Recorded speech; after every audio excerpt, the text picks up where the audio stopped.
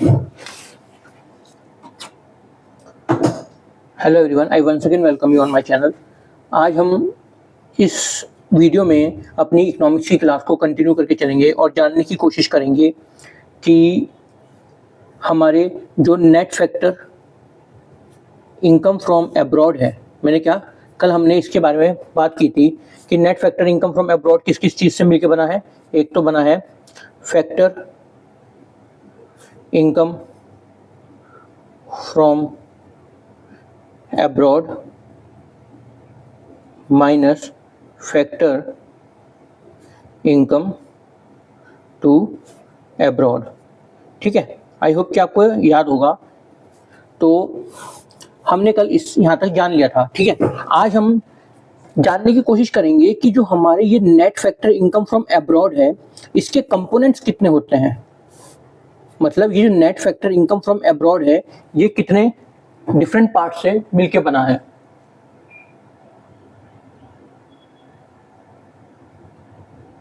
तो आइए शुरुआत करते हैं और जानने की कोशिश करते हैं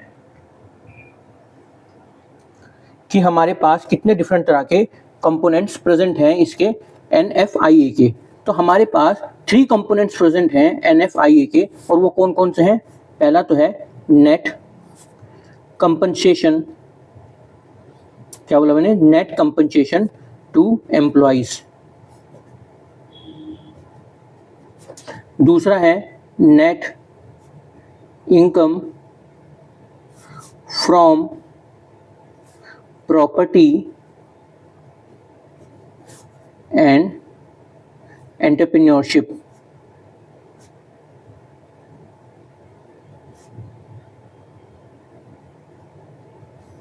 और जो हमारा तीसरा कंपोनेंट है वो है नेट रिटेन्ड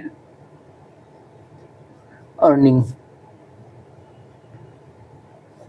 ठीक है, इन तीनों को समझने के लिए हम एक एग्जांपल लेके चलते हैं और उससे हमें ढंग से समझ में आ जाएगा कि ये तीनों है क्या और ये कैसे एक दूसरे से अलग हैं। देखिए, ये हमारा इंडिया है।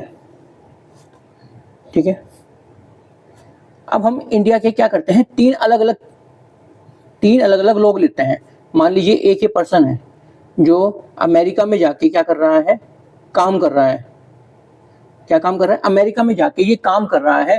वहाँ पे किसी फैक्ट्री में या प्रोडक्शन यूनिट में या गुड्स में लगा हुआ है, प्रोड्यूस करने में गुड्स और सर्विसेज को।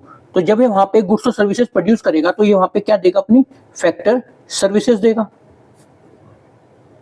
क्या देगा, फैक्टर सर्विसेज देगा। जब ये अपनी फैक्टर सर्विसेज किसी गुड और सर्विस को प्रोड्यूस करने में देगा तो उसे इसके अगेंस्ट क्या मिलेगा, इसके अगेंस्ट इसे मिलेगा फैक्टर इनकम मिलेगी, फैक्टर पेमेंट मिलेगी। ठीक है, उसके बाद उस फैक्टर पेमेंट में से ये कुछ अपना यूटिलाइज करेगा वहाँ पे। उसके बाद गवर्नमेंट को टैक्स भी देगा।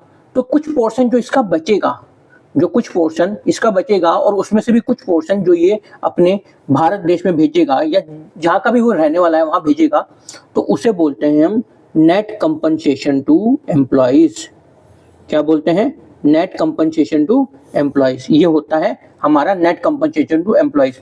अब सिमिलरली मान लीजिए टाटा कंपनी है,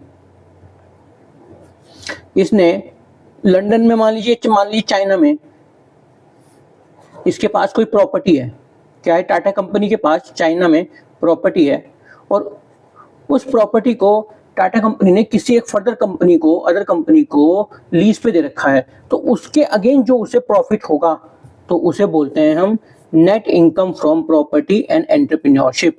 अब सिमिलरली क्या होता है, मान लीजिए टाटा कंपनी है। क्या है, टाटा कंपनी है, इसने एक फैक्ट्री खोल रखी है या कुछ मतलब अपना सेटअप इस्टेब्लिश कर रखा है। कहाँ पे, जापान में इस्टेब्लिश कर रखा है, या हम कह लेते हैं ऑस्ट्रेलिया में, कहीं भी मान लीजिए जहाँ पे आपको ठीक लगे। ऑस्ट्रेलिया में एक सेटअप इस्टेब्लिश कर रखा है जहाँ पे वहाँ पे ये गुड्स और सर्विसेज प्रोड्यूस कर रहा है। जब ये टाटा कंपनी वहाँ पे गुड्स और सर्विसेज प्रोड्यूस करेगी, ठीक है, तो उसे उन्हें बेचने के बाद प्रॉफिट होगा। ठीक है, प्रॉफिट होगा तो ये कुछ अमाउंट प्रॉफिट होता है, मान लीजिए पूरी कॉर्पोरेट को कुछ अमाउंट प्रॉफिट होता है। उसके बाद वो टाटा कंपनी उस प्रॉफिट का कुछ हिस्सा अपने क्या बोलते हैं शेयर होल्डर्स को इन द फॉर्म ऑफ डिविडेंड बांट देती है। उसके बाद क्या करती है, कॉर्पोरेट टैक्स भी जमा कर देती है। जब लास्ट में मैंने क्या बोला, कॉर्पोरेट टैक्स जमा करने के बाद और डिविडेंड पे करने के बाद जो अमाउंट टाटा कंपनी हिंदुस्तान भेजती है उसे बोलते हैं हम नेट रिटेन्ड अर्निंग। मैंने क्या बोला, नेट रिटेन्ड अर्निंग। यहाँ पे हम इंडिया भेजती है इसलिए बोल रहे हैं क्योंकि हम इंडिया के कंपैरिजन में एग्जांपल ले रहे हैं। अगर हम किसी और देश के कंपैरिजन में एग्जांपल लें तो वैसा भी पॉसिबल हो सकता है। तो मैंने आपको क्या बताया, जो हमारा net factor income from abroad है वो हमारे 3 कंपोनेंट से मिलके बना है। नेट कंपनसेशन टू एम्प्लॉइज, ये वो है जो किसी एम्प्लॉइज को मिलता है या कोई एम्प्लॉय अपने नेटिव देश में भेजता है।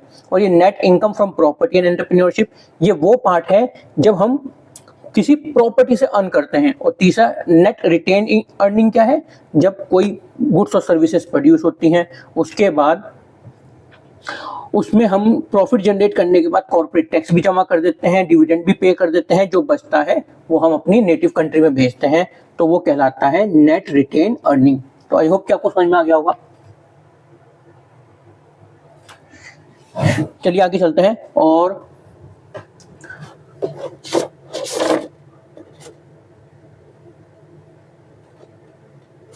जानने की कोशिश करते हैं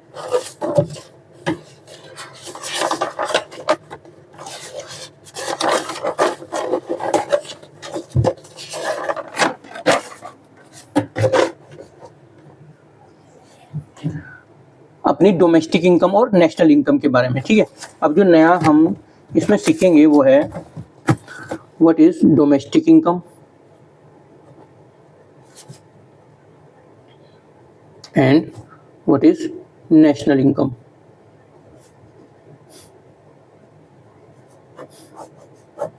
देखिए, जब भी कोई आपसे डोमेस्टिक इनकम या नेशनल इनकम की कंपैरिजन की बात करे या आपसे पूछे कि इनमें डिफरेंस क्या होता है, उससे पहले हमें कुछ पॉइंट्स हैं जो इन्हें जानने से पहले हमें पता होने चाहिए। एक तो होता है गुड्स। गुड्स हमारे पास कितने तरह के होते हैं?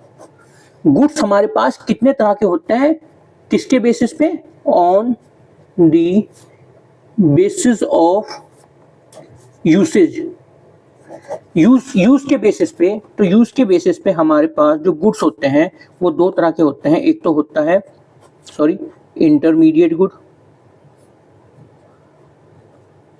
इंटरमीडिएट गुड्स और दूसरा होता है हमारे पास फाइनल गुड्स। ये मैं आपको क्यों समझा रहा हूँ, अभी जब हम इनको समझेंगे ना तो आपको समझ में आ जाएगा कि यहाँ पे क्यों जरूरी था ये समझना। देखिए, ये मैंने इंटरमीडिएट गुड्स और फाइनल गुड्स पहले वीडियोस में भी समझा रखा है, एक बार और रिवाइज कर लेते हैं। देखिए, इंटरमीडिएट गुड्स और फाइनल गुड्स कैसे पता चलता है कि कोई गुड इंटरमीडिएट की कैटेगरी में आएगा या कोई गुड फाइनल की कैटेगरी में आएगा। मान लीजिए ये 10 kg शुगर है, एग्जाम्पल ले रहे हैं, 10 kg शुगर है, इसमें से मैंने 5 kg शुगर मैं अपने घर ले गया।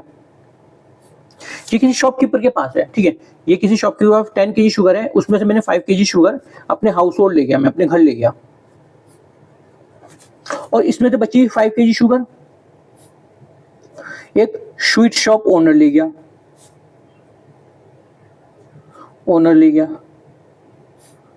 अब यहाँ पे क्या हो रहा है, यहाँ पे जो ये 5 kg शुगर है इसे मैं कंज्यूम कर रहा हूँ, consume in the form of या तो मिल्क में इस्तेमाल कर रहा हूँ या टी में इस्तेमाल कर रहा हूँ या कुछ भी अपना घर की मिठाई बनाने के लिए अपने लिए, ठीक है, इस्तेमाल कर रहा हूँ। और यहाँ पे क्या हो रहा है, यहाँ पे जो स्वीट शॉप ओनर है ये इस 5 kg शुगर का क्या कर रहा है, इससे स्वीट्स बना रहा है। मान लीजिए 5 kg शुगर का जो रेट है पर 40 रुपीज़ के हिसाब से वो 200 हो गया। अब इस शुगर से उस पर्सन ने क्या करा, 800 रुपीज़ की मिठाई बना ली, स्वीट्स बना ली। तो उसने क्या करा, 600 रुपये का इसमें वैल्यू एडिशन कर दिया और उसके बाद ये स्वीट्स को सेल कर रहा है किसे, कस्टमर को। तो यहाँ पे ध्यान रखिएगा, ये जो वाली 5 kg शुगर है ये तो कहलाएगी हमारी फाइनल गुड्स, और जो ये वाली 5 kg शुगर है जिसमें वैल्यू एडिशन हो रहा है, फर्दर वैल्यू एडिशन हो रहा है, उसे हम कहते हैं इंटरमीडिएट गुड्स। तो आपसे अगर कोई कल को पूछे कि what is the difference between final good and intermediate good, the only answer is कि उसका एंड यूज क्या हो रहा है। अगर एंड यूज डायरेक्ट कंजम्पशन के लिए हो रहा है तो वो फाइनल गुड है, अगर उसका end use further value addition के लिए हो रहा है तो वो क्या है, इंटरमीडिएट गुड्स है। क्या बोला मैंने, फाइनल गुड्स या इंटरमीडिएट गुड्स। अब उसके बाद एक टर्म और इस्तेमाल होती है वो है नॉर्मल रेजिडेंट। देखिए क्या है, मैंने बोला एक टर्म और इस्तेमाल होती है जिसका नाम है नॉर्मल रेजिडेंट। अब ये क्या होता है, नॉर्मल रेजिडेंट को समझने के लिए आपको एक चीज देखना होगा। एग्जांपल लेके चलते हैं। मान लीजिए ये हमारी कंट्री इंडिया है, इंडिया है, इसमें इंडियंस भी रहते हैं और फॉरेनर्स भी रहते हैं, ठीक है, मतलब हिंदुस्तान के नागरिक भी रहते हैं और विदेशी नागरिक भी रहते हैं। अब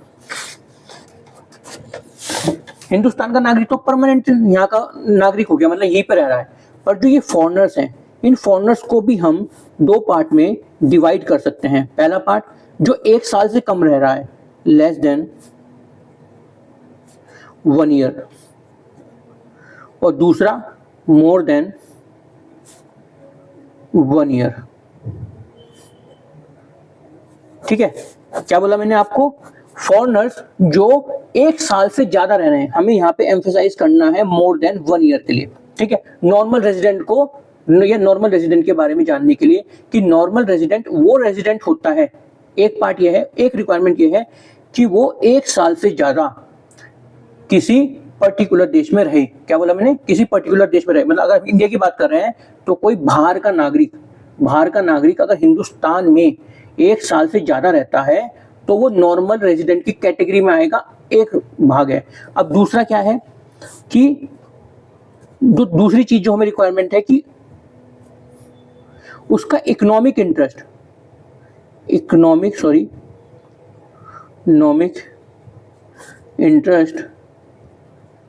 of that person should also lies in that country where he is a normal resident। मतलब मैंने क्या बोला, कोई बंदा यहाँ पे हिंदुस्तान में रह रहा है, 1 साल से ज्यादा रह रहा है, वो नॉर्मल रेजिडेंट की कैटेगरी में आ जाएगा। एक कंडीशन है कि अगर 1 साल से ज्यादा रह रहा है। अब दूसरी कंडीशन क्या है कि उसका इकोनॉमिक इंटरेस्ट भी उसी देश में होना चाहिए। अब इकोनॉमिक इंटरेस्ट का क्या मतलब है, इकोनॉमिक इंटरेस्ट का मतलब ये है कि वो पर्सन यहीं पे अर्न कर रहा है, क्या कर रहा है, यहीं पे अर्न कर रहा है, उसके बाद यहीं पे स्पेंड कर रहा है, और उसके बाद यहीं पे एक्यूमुलेट कर रहा है।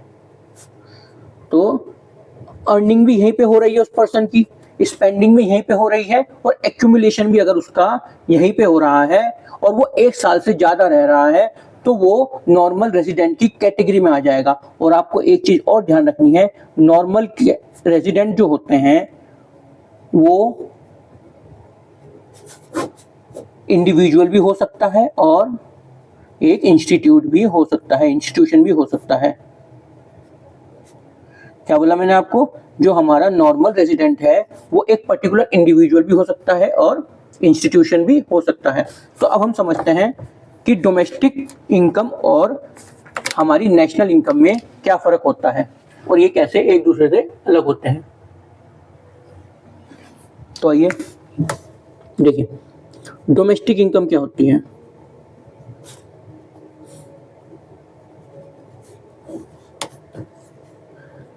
The value of final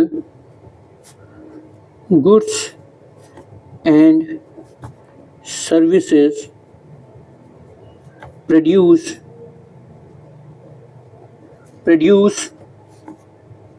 within domestic territory of a country. अभी देखिए, आप पहले इसे लिख लीजिए, उसके बाद मैं समझाऊंगा कि ये डोमेस्टिक इनकम और नेशनल इनकम में फर्क क्या होता है। अब देखिए, नेशनल इनकम क्या होती है।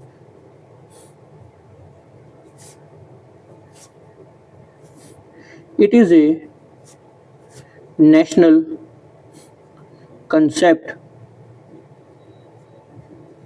As it includes the value of all final goods and services, goods and services produced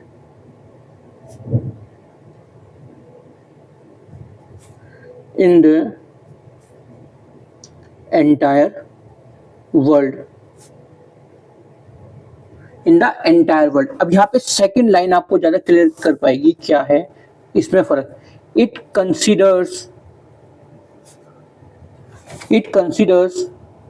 all goods and services produce with in domestic territory, जो भी हमारी डोमेस्टिक टेरिटरी में प्रोड्यूस होगा ऑफ अ कंट्री, वो हमारी डोमेस्टिक इनकम कहलाएगी। पर यहाँ पे क्या आ जाता है, यहाँ पे हमारा नॉर्मल रेजिडेंट का भी कंसेप्ट आ जाता है, बाय नॉर्मल रेजिडेंट। क्या बोला मैंने, बाय नॉर्मल रेजिडेंट। तो यहाँ पे क्या हो गया, तो ये जो है इट इंक्लूड्स, या मैं कह सकता हूं इट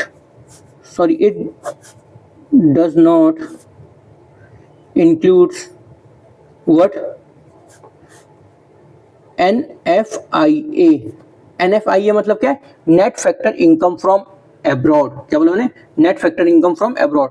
बट ये क्या इंक्लूड करती है, but it includes net factor income to abroad. ठीक है, आई होप कि आपको समझ में आया होगा कि डोमेस्टिक इनकम क्या होती है। डोमेस्टिक इनकम, देखिए डोमेस्टिक इनकम वो वैल्यू है, वो मनी वैल्यू है किसकी, फाइनल गुड्स और सर्विसेज की, जो प्रोड्यूस हुए हैं with in the domestic territory of that particular country. अगर मैं हिंदुस्तान की डोमेस्टिक इनकम बोलूं कि आप प्लीज मुझे बताइए कि हिंदुस्तान की डोमेस्टिक इनकम क्या होगी, तो आपको ये समझना है हिंदुस्तान की डोमेस्टिक इनकम वो इनकम होगी जो यहाँ पे जितने भी हमारे पास गुड्स और सर्विसेज प्रोड्यूस हो रहे हैं हिंदुस्तान की बाउंड्री के अंदर, ठीक है, तो वो हमारी डोमेस्टिक इनकम कहलाई जाएगी। पर अगर मैं नेशनल इनकम की बात करूं तो नेशनल इनकम हमारे देश की वो इनकम होगी जो हमारी बाउंड्री में तो हो रही है, पर जो हमारे जो रेजिडेंट हैं हिंदुस्तान के, जो बाहर रह रहे हैं या कहीं पे भी रह रहे हैं और वो भी कमा रहे हैं, वो भी हमारे नेशनल इनकम के कंसेप्ट में आएंगे।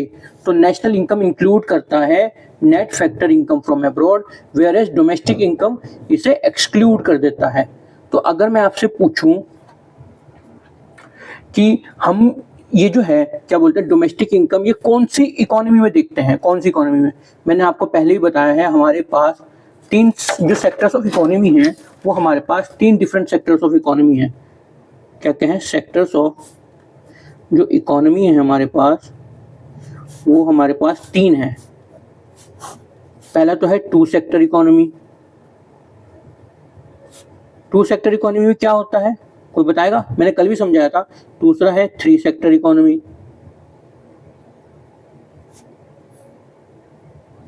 और फिर है हमारे पास four sector economy.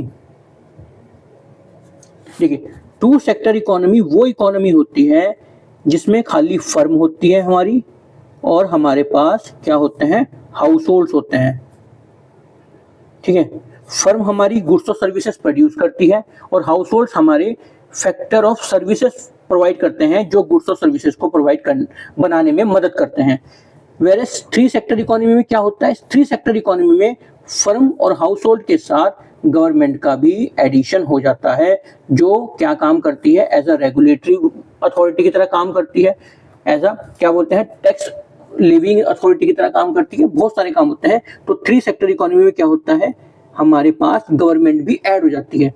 Where as four sector economy में एक पैरामीटर और ऐड हो जाता है, वो है फॉरेन नेशंस ऐड हो जाते हैं। तो मतलब अगर मैं आपसे बात करूं कि डोमेस्टिक इनकम की अगर मैं बात करता हूं, तो डोमेस्टिक इनकम हमारी क्लोज्ड इकोनॉमी में आती है। क्लोज्ड इकोनॉमी किसे कहते हैं, क्लोज्ड इकोनॉमी वो इकोनॉमी होती है जिसमें हमारा क्या बोलते हैं, क्या नहीं होता, जिसमें हमारा फॉरेन सेक्टर इंक्लूड नहीं होता। तो ये हमारी क्लोज्ड इकोनॉमी का कंसेप्ट है। पर अगर मैंने इसमें फॉरेन सेक्टर ऐड कर दिया तो हमारी क्या होगी, ओपन इकोनॉमी हो गई। ठीक है, आई होप कि आपको समझ में आया होगा कि क्लोज इकोनॉमी किसे कहते हैं और ओपन इकोनॉमी किसे कहते हैं। क्लोज इकोनॉमी के केस में जो हमारी डोमेस्टिक इनकम है वो किसके बराबर हो जाती है, नेशनल इनकम के बराबर हो जाती है। किसके केस में, क्लोज इकोनॉमी के। क्यों, क्योंकि हमारे पास जो NFIA की वैल्यू है वो हो जाती है 0। क्लोज इकोनॉमी का क्या मतलब है, ना हमारे देश के नागरिक बाहर जाके काम कर रहे। जब हमारे देश के नागरिक बाहर जाके काम नहीं कर रहे तो हमारे पास विदेश से पैसा नहीं आएगा इन the form of factor income from abroad, और ना ही विदेश के नागरिक हमारे हिंदुस्तान में आके काम कर रहे। जब वो भी हमारे आके काम नहीं कर रहे तो ना हम यहाँ से कोई पैसा बाहर भेजेंगे in the form of factor income to abroad. तो इसकी वैल्यू क्या हो जाएगी, 0 हो जाएगी। जब 0 हो जाएगी तो डोमेस्टिक इनकम और नेशनल इनकम हमारे बराबर हो जाएंगे in the case of closed economy. अगर मैं ओपन इकोनॉमी की बात करता हूं, ओपन इकोनॉमी में जो हमारी डोमेस्टिक इनकम है वो ग्रेटर भी हो सकती है नेशनल इनकम से, डोमेस्टिक इनकम हमारी लेस भी हो सकती है नेशनल इनकम से, और डोमेस्टिक इनकम हमारी क्या हो सकती है, बराबर भी हो सकती है नेशनल इनकम से। अब ये डिपेंड किस पे करेगा, ये सारा खेल डिपेंड करेगा वैल्यू ऑफ NFIA। जैसे जैसे वैल्यू हमारी NFIA की चेंज होगी उसी अकॉर्डिंग हमारी DI/NI की वैल्यूज में चेंज आएगा। ठीक है, आई होप कि आपको समझ में आ गया होगा कि हमारे पास, देखिए मैंने आपको बताया कि कंपोनेंट ऑफ NFIA क्या कितने हैं। हमने जाना कि हमारे पास 3 कंपोनेंट हैं। उसके बाद मैंने आपको बताया कि डोमेस्टिक इनकम और नेशनल इनकम में क्या फ़र्क होता है, कैसे हम डोमेस्टिक इनकम कैलकुलेट करते हैं और कैसे हम नेशनल इनकम कैलकुलेट करते हैं। उसके बाद मैंने बताया कि डोमेस्टिक इनकम हमारी नेशनल इनकम के बराबर होती है किस केस में, जब हमारी इकोनॉमी क्लोज होती है। इकोनॉमी क्लोज होने का क्या मतलब है, इकोनॉमी क्लोज होने का सिंपल सा मतलब ये है कि जो हम पूरी, मतलब कि हम फॉरेन कंट्रीज से या हम जो विदेशी कंट्री वो हैं देश, उनसे नाता नहीं रख रहे हैं, तो इस केस में हमारी डोमेस्टिक इनकम बराबर हो जाती है नेशनल इनकम के। Whereas in case of open economy हमारी जो डोमेस्टिक इनकम है वो नेशनल इनकम के ज़्यादा भी हो सकती है, बराबर भी हो सकती है, कम भी हो सकती है। वो डिपेंड करेगा कि हमारे पास जो NFIA की वैल्यू है वो कितनी है। ठीक है, आई होप कि आपको समझ में आ गया होगा मैं क्या बोल रहा हूँ। चलिए आगे चलते हैं।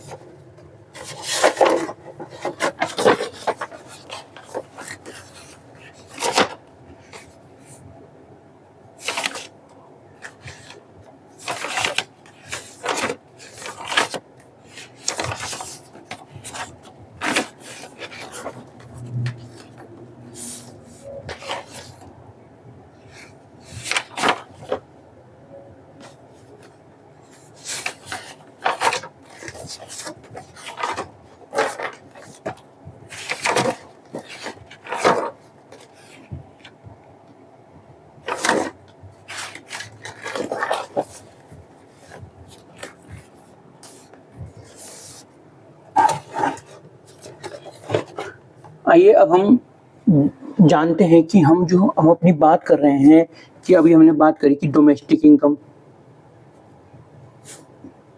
और दूसरे मैंने बात करी नेशनल इनकम। हमने बोल तो दिया कि डोमेस्टिक इनकम किसे कहते हैं और नेशनल इनकम किसे कहते हैं। अब बात आती है कि डोमेस्टिक इनकम और नेशनल इनकम को कैलकुलेट कैसे किया जाएगा। मेन फंडा तो यह है कि हम डोमेस्टिक इनकम को कैलकुलेट कैसे करेंगे। देखिए कैसे करेंगे उसे जानने से पहले आपको 2 चीज और जाननी पड़ेंगी। ये हमने लास्ट वाली वीडियो में भी सीखी थी। क्या है, एक तो है फैक्टर कॉस्ट, एक है हमारी क्या बोलते हैं मार्केट प्राइस। जब भी हम अपनी कैलकुलेशन की बात करेंगे, डोमेस्टिक इनकम हो या फिर वो हो नेशनल इनकम, तो हम कैलकुलेट करेंगे या तो अपनी डोमेस्टिक इनकम फैक्टर कॉस्ट पे या कैलकुलेट करेंगे मार्केट प्राइस पे। ठीक है, ध्यान रखना है, फैक्टर कॉस्ट पे कैलकुलेट करेंगे या मार्केट प्राइस पे कैलकुलेट करेंगे, या नेशनल इनकम हम फैक्टर कॉस्ट पे कैलकुलेट करेंगे या हम मार्केट प्राइस पे कैलकुलेट करेंगे। तो फैक्टर कॉस्ट क्या होती है, देखिए फैक्टर कॉस्ट किसी भी गुड्स और सर्विसेज को प्रोड्यूस करने की वो मिनिमम अमाउंट होती है, वो मिनिमम वैल्यू होती है जिससे वो गुड बनता है, मतलब उससे कम पे वो गुड बन नहीं सकता। क्या बोला मैंने, फैक्टर कॉस्ट वो मिनिमम अमाउंट होती है किसी भी गुड्स और सर्विसेज को प्रोड्यूस करने की जिस पे वो बनता है, उससे कम पे पॉसिबल नहीं है। जैसे ही फैक्टर कॉस्ट पे नेट इनडायरेक्ट टैक्स का एडिशन हो जाता है, क्या बोला मैंने, नेट इनडायरेक्ट टैक्स का एडिशन हो जाता है, तो वो बन जाता है उस गुड का मार्केट प्राइस। मार्केट प्राइस वो प्राइस होता है जो कंज्यूमर पे करता है उस गुड को बाय करने पे।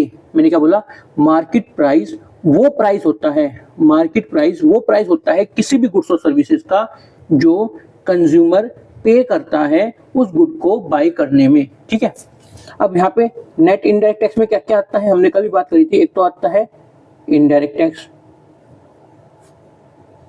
और क्या आता है, हम इसमें से क्या सब्ट्रैक्ट करते हैं, सब्सिडीज। ठीक है, तो जब ये वैल्यू इसमें ऐड हो जाएगी फैक्टर कॉस्ट में, तो हमें ये दे देगा market price of that particular commodity. ठीक है, अब हम डोमेस्टिक इनकम को कैसे कैसे कैलकुलेट करते हैं। देखिए, डोमेस्टिक इनकम जो कैलकुलेट होती है उसे हम बोलते हैं जीडीपी, ग्रॉस डोमेस्टिक प्रोडक्ट। क्या बोला मैंने, gross domestic product at factor cost, जिसे हम, जिसका एक्रोनिम क्या है, जीडीपी एट फैक्टर कॉस्ट। ठीक है, उसके बाद आता है gross domestic product at market price. इसका एक्रोनिम क्या है, जीडीपी एट मार्केट प्राइस। ठीक है, मैंने क्या बोला, gross domestic product at market price और gross domestic product at factor cost. ये हमारी फैक्टर कॉस्ट पे और ये हमारी मार्केट प्राइस पे। जीडीपी क्या होती है, आप मुझे बताएंगे, कोई किसी को पता हो कि व्हाट इज जीडीपी? अगर कोई आपको पूछे कि please explain me what is GDP, then how will you able to explain it? देखिए, जीडीपी की अगर मैं आपको डेफिनेशन लिखाऊं तो क्या है, इट इज, जीडीपी की बात कर रहा हूं मैं खाली यहाँ पे, GDP it is a money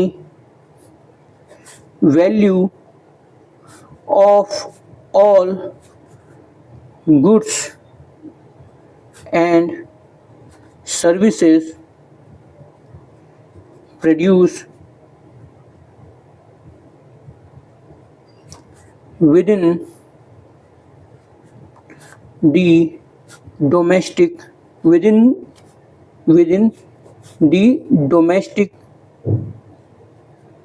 territory of a country in a given fiscal year। यहाँ पे क्या लिखा हुआ, यहाँ पे बोल रहा है मनी वैल्यू।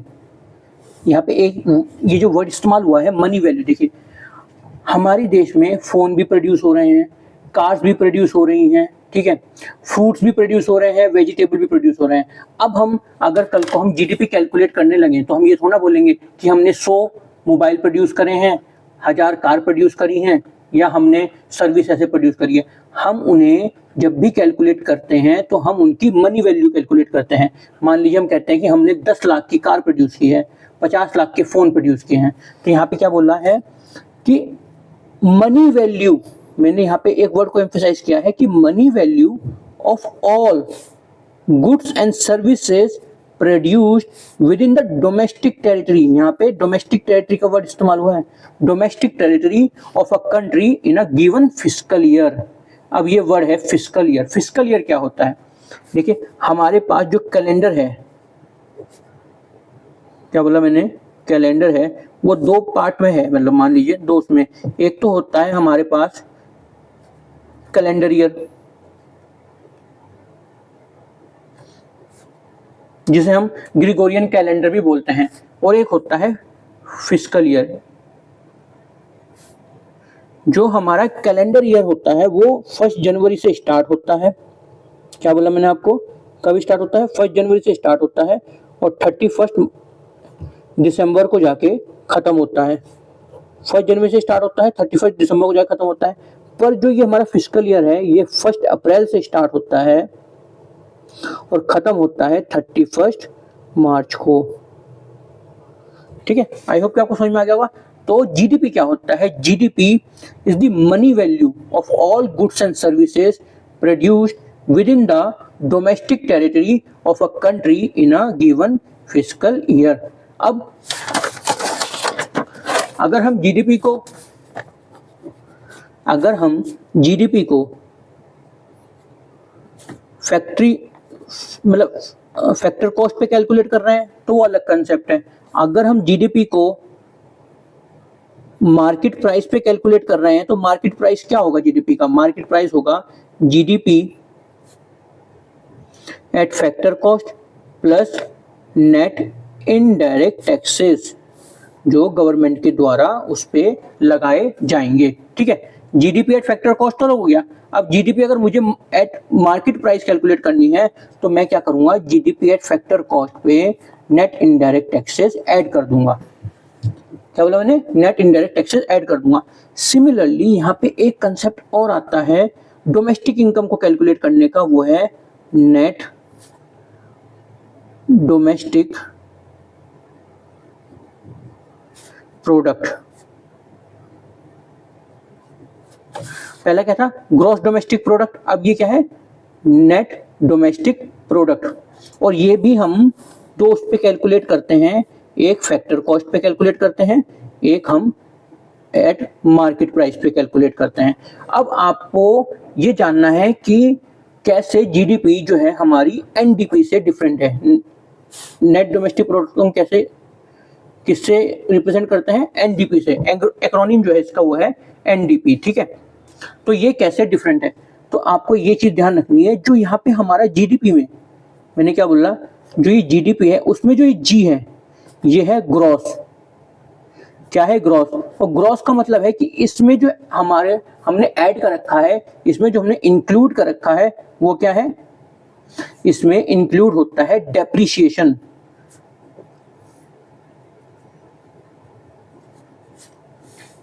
डेप्रिसिएशन क्या होता है?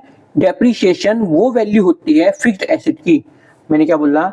डेप्रिसिएशन फिक्स्ड एसेट की वो वैल्यू होती है जो डे बाय डे डिक्रीज होती चली जाती है। ठीक है, जब हमारा फिक्स्ड एसेट हम किसी भी कंपनी में इंस्टॉल करते हैं तो आप देखिएगा उसकी वैल्यू हमेशा दिन प्रतिदिन कम होती चली जाती है। चाहे वो तो कम हो वियर एंड टियर की वजह से, जब हम किसी भी मशीन को इस्तेमाल करेंगे, बार बार इस्तेमाल करेंगे तो उसमें वियर टियर होगा, तो उसमें क्या होगा? उसकी वैल्यू में कमी आती रहेगी। उसे हम क्या बोलते हैं? डेप्रिसिएशन। या कोई टेक्नोलॉजी इंक्रीमेंट आ जाए, मतलब कि भाई देखिए हम कोई आज हमने कोई मशीन खरीदी, वो आज के लिए एप्लीकेबल है, पर अगले साल क्या हुआ? उसमें कोई नई टेक्नोलॉजी आ गई उस पर्टिकुलर मशीन में, तो उस मशीन की वैल्यू उस पर्टिकुलर लेवल पे कम हो गई। तो जो वैल्यू कम हुई है उसे हम बोलते हैं डेप्रिसिएशन। जब हम एनडीपी की बात करते हैं, नेट डोमेस्टिक प्रोडक्ट, तो इसमें क्या होता है? इसमें हम जो जीडीपी कैलकुलेट करते हैं उसमें से हम डेप्रिसिएशन को कैंसिल कर देते हैं। क्या कहा मैंने आपको? जब हम जीडीपी में से डेप्रिसिएशन को हटा देते हैं तो वो कहलाता है हमारा नेट डोमेस्टिक प्रोडक्ट। और मैंने आपको क्या बताया कि जो हमारा नेट डोमेस्टिक प्रोडक्ट है वो भी हम फैक्टर कॉस्ट पे कैलकुलेट कर सकते हैं और मार्केट प्राइस पे कैलकुलेट कर सकते हैं। अगर हम जो हमारा एनडीपी है, एनडीपी उसे अगर हम फैक्टर कॉस्ट पे कैलकुलेट कर रहे हैं तो हम क्या करेंगे? जीडीपी एट फैक्टर कॉस्ट लेंगे और उसमें से हम डेप्रिसिएशन को क्या कर देंगे? सब्ट्रैक्ट कर देंगे। ठीक है, तो हमारे पास क्या आ जाएगा? Net domestic product at factor cost आ जाएगा। ठीक है, अगर हम एनडीपी को कैलकुलेट करते हैं किस पे? मार्केट प्राइस पे, तो NDP at market price is equal to GDP at market price minus depreciation. एक तो ऐसे कैलकुलेट हो सकता है, या हम क्या करें? NDP at market price is equal to GDP at factor cost. मैंने क्या बोला? GDP at factor cost minus plus net indirect taxes minus depreciation. ये फॉर्मूला भी हम इस्तेमाल कर सकते हैं। NDP at market price. ठीक है, आई होप कि आपको समझ में आ गया होगा कि जो हमारी डोमेस्टिक इनकम है या हमारा जो डोमेस्टिक, मैंने आपको बताया कि हमारे पास दो तरह की इनकम है, एक तो है डोमेस्टिक इनकम, एक है हमारे पास नेशनल इनकम। तो डोमेस्टिक इनकम को कैलकुलेट करने के हमारे पास 4 पैरामीटर्स हैं। कौन कौन से? जब हम जीडीपी से कैलकुलेट करते हैं, ग्रॉस डोमेस्टिक प्रोडक्ट से कैलकुलेट करते हैं, तो हम उसे एक तो फैक्टर कॉस्ट पे कैलकुलेट कर सकते हैं, दूसरा हम उसे मार्केट प्राइस पे कैलकुलेट कर सकते हैं। ठीक है, और जो हमारे पास दूसरा है वो है हमारा नेट डोमेस्टिक प्रोडक्ट। अब नेट डोमेस्टिक प्रोडक्ट को हम फैक्टर कॉस्ट पे भी कैलकुलेट कर सकते हैं और मार्केट प्राइस पे भी कैलकुलेट कर सकते हैं। ठीक है, आई होप कि आपको समझ में आ गया होगा कि जो हमारी ये पूरी ओवरऑल डोमेस्टिक इनकम है उसे हम कैसे कैलकुलेट करते हैं। ठीक है, अब हम समझते हैं अपनी आगे जो है नेशनल इनकम को, कि हम नेशनल इनकम को कैसे कैलकुलेट करेंगे। जैसे हमारे पास क्या बोलते हैं, डोमेस्टिक इनकम को कैलकुलेट करने के लिए जीडीपी है ना, वैसे ही नेशनल इनकम को कैलकुलेट करने के लिए हमारे पास एनडीपी है। एनडीपी क्या है? National domestic product. और ये भी हमारे पास फैक्टर कॉस्ट पे कैलकुलेट हो सकता है और मार्केट प्राइस पे कैलकुलेट हो सकता है। अब जीडीपी और एनडीपी में फर्क क्या होता है? मैंने क्या बोला? जीडीपी और एनडीपी में फर्क क्या होता है? देखिए,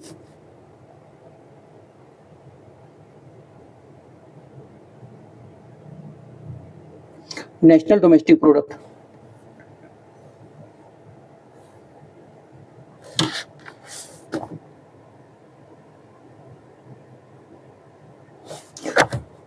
sorry, national gross national product, sorry one second, sorry, gross national product, GNP, sorry, gross national product. तो जो हमारा ये ग्रॉस नेशनल प्रोडक्ट है, ये हमारा फैक्टर कॉस्ट पे भी कैलकुलेट हो सकता है और मार्केट प्राइस पे भी कैलकुलेट हो सकता है। तो अब हमें जानना है कि जो हमारा जीडीपी है और जीएनपी है उसमें फर्क क्या होता है।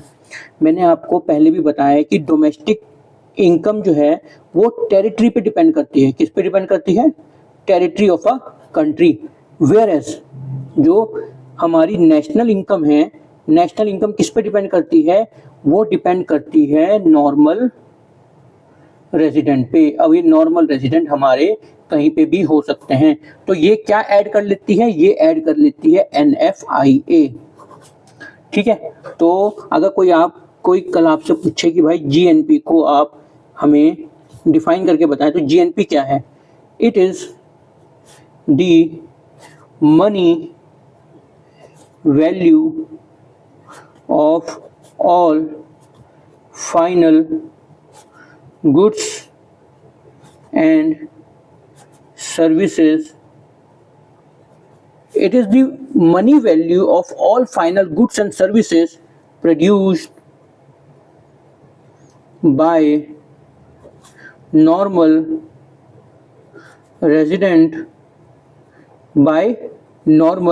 resident in a given fiscal year। तो यहाँ पे क्या आ गया? एक तो मनी वैल्यू आ गई, एक फाइनल गुड्स और सर्विसेज आ गई। अब यहाँ पे जो ऐड हुआ है वो ऐड हुआ है नॉर्मल रेजिडेंट। ठीक है, क्या ऐड हुआ है? Normal resident. तो जैसे ही नॉर्मल रेजिडेंट ऐड हुआ तो हमारी जो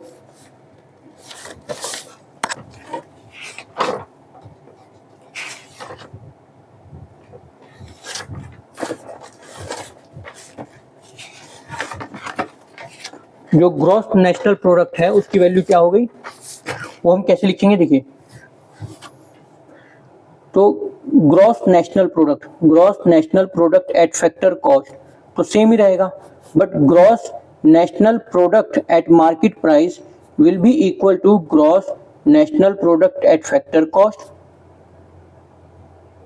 प्लस, क्या बोला मैंने आपको कि यहाँ पे क्या हुआ है कि हम इसे कैलकुलेट कैसे कर रहे हैं, gross national product at market price plus gross national product at factor cost. इसमें क्या ऐड हो जाएगा, इसमें ऐड हो जाएगा नेट इनडायरेक्ट टैक्सेस। ठीक है, अगर मैं आपसे बात करूं कि हमें, अब आप बताइए, देखिए मैंने आपको पहले भी बताया है कि जीडीपी को कैलकुलेट करने के हम फैक्टर कॉस्ट भी कैलकुलेट करते हैं, मार्केट प्राइस भी कैलकुलेट करते हैं। सिमिलरली हम एनडीपी को कैलकुलेट करते हैं। एनडीपी क्या है, नेट डोमेस्टिक प्रोडक्ट। और इसमें फर्क क्या होता है, इसमें हम डेप्रिसिएशन की वैल्यू लेके चलते हैं, इसमें हम डेप्रिसिएशन की वैल्यू को सब्ट्रैक्ट कर देते हैं। और ये भी हम फैक्टर कॉस्ट पे कैलकुलेट कर सकते हैं और ये हम मार्केट प्राइस पे भी कैलकुलेट कर सकते हैं। सिमिलरली जो हमारा जीएनपी है, जीएनपी हमने फैक्टर कॉस्ट पे भी कैलकुलेट किया, मार्केट प्राइस में भी कैलकुलेट किया। हम जीएनपी मतलब हम कह सकते हैं नेशनल इनकम को भी नेट पे कैलकुलेट कर सकते हैं, नेट नेशनल इनकम या net national product at factor cost और एट मार्केट प्राइस। ठीक है, अब नेट नेशनल प्रोडक्ट में क्या होगा, नेट नेशनल प्रोडक्ट में हमारा डेप्रिसिएशन सब्ट्रैक्ट हो जाएगा, किसमें से, जीएनपी में से। ठीक है, जब हम ग्रॉस से नेट पे जाते हैं तो हमारा क्या होता है, हमारा डेप्रिसिएशन की वैल्यू को हम उसमें से हटा देते हैं। आई होप कि आपको समझ में आ गया होगा। आइए थोड़े कुछ क्वेश्चन करते हैं और इसमें क्लैरिटी लाते हैं।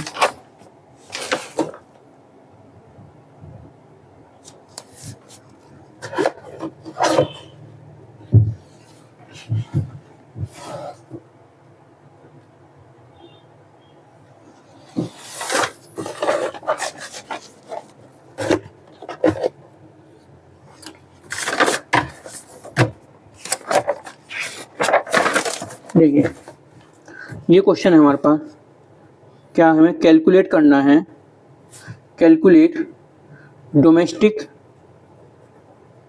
इनकम। डोमेस्टिक इनकम क्या मतलब है कि हमें,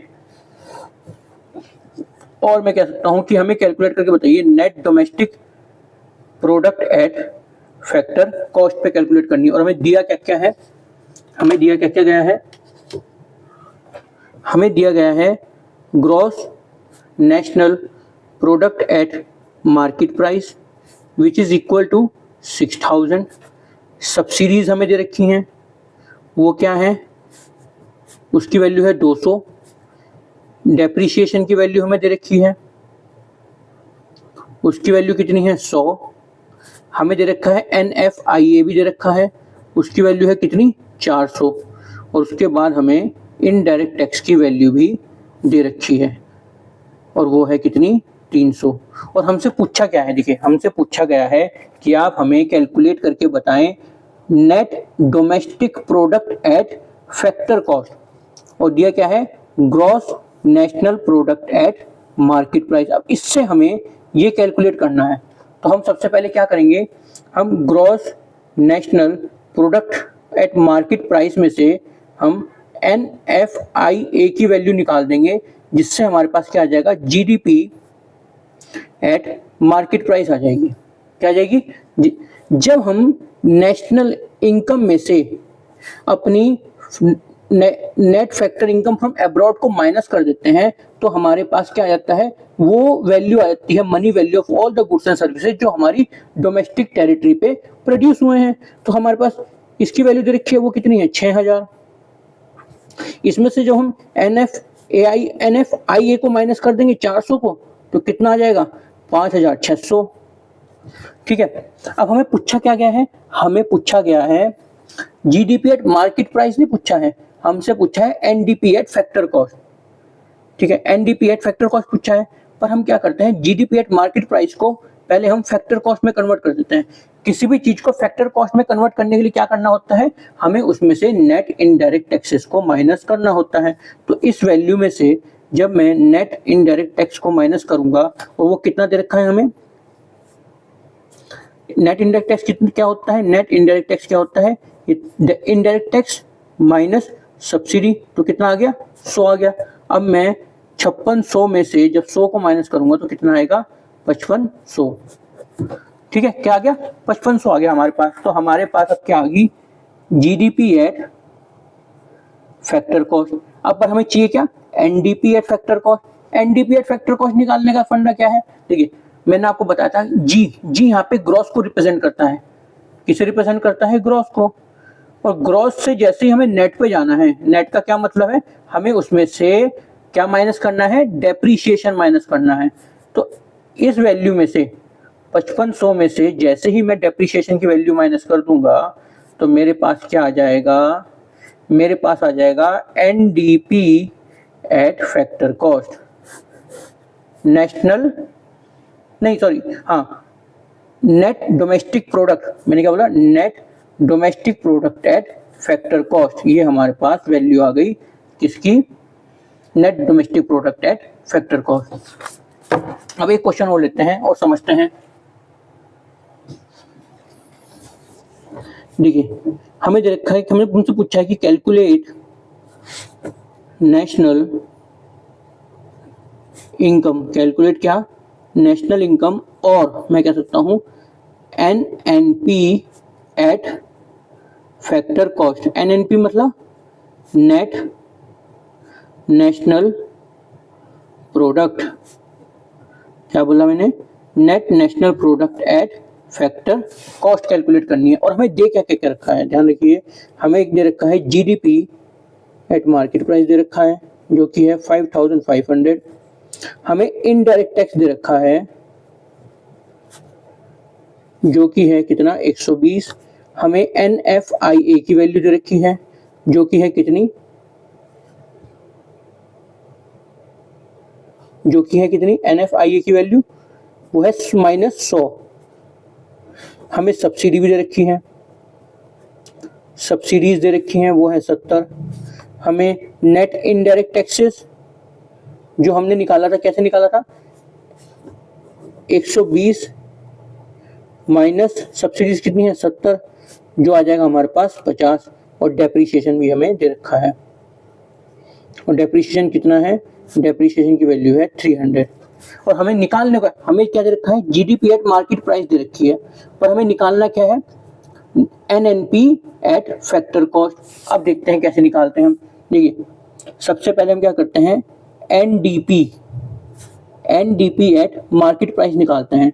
हम जी को एन में कन्वर्ट करते हैं। जब जी को हम एन में कन्वर्ट करते हैं तो हम क्या करते हैं? इसमें से हम डेप्रीशिएशन की वैल्यू को माइनस कर देते हैं। क्या कर देते हैं? माइनस कर देते हैं। जीडीपी एट मार्केट प्राइस कितना दे रखा है? 5500। और डेप्रीशिएशन की वैल्यू क्या है हमारे पास? 300 माइनस 300, तो हमारे पास कितना आ गया? 5200 आ गया। ठीक है, ये हमारे पास क्या निकल गई? एनडीपी एट मार्केट प्राइस निकल गई। अब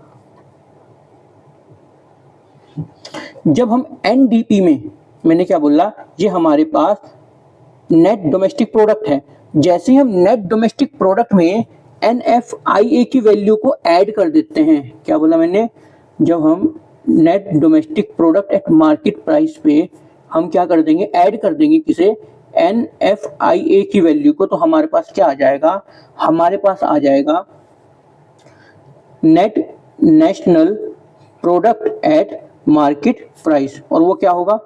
ये कितना है? 5200, और ये हमारे पास 100 माइनस 100 है, तो कितना हो गया? ये 5100। ठीक है, अब हमारे पास क्या आ गया? Net national product at market price आ गया। पर हमें तो नेट नेशनल प्रोडक्ट चाहिए एट फैक्टर कॉस्ट। जब मार्केट प्राइस को हमें कन्वर्ट करना है किस में? फैक्टर कॉस्ट में। तो हम क्या करते हैं? उसमें से हम क्या करते हैं? अपनी नेट इनडायरेक्ट टैक्सेस को माइनस कर देते हैं। तो net national product at market price में से जब एनआईटी को माइनस करेंगे तो हमारे पास क्या आएगा? Net national product at factor cost. और ये कितना है? ये है हमारे पास 5100, और इसकी वैल्यू कितनी है? 50। तो हमारे पास जो एनएनपी एट फैक्टर कॉस्ट आया है 5050। ठीक है, आई होप कि आज का लेक्चर आपको समझ में आया होगा, आपको क्लियर हो गया होगा कि हमारे पास जो कंपोनेंट्स होते हैं एनएफआईए के वो कितने होते हैं और वो कैसे कैलकुलेट किए जाते हैं। उसके बाद आपको डोमेस्टिक इनकम में और नेशनल इनकम में फ़र्क पता चला होगा। उसके बाद हम कैसे अपनी डोमेस्टिक इनकम को कैलकुलेट करते हैं, अपनी नेशनल इनकम को कैलकुलेट करते हैं, वो पता चला होगा। कैसे कैसे कैलकुलेट करते हैं। डोमेस्टिक इनकम को कैलकुलेट करने के 4 तरीके हैं, नेशनल इनकम को कैलकुलेट करने के 4 तरीके हैं, डोमेस्टिक इनकम नेशनल इनकम से कैसे अलग होती है। ठीक है, तो आज का लेक्चर हम यहीं रोकते हैं। Thank you so much.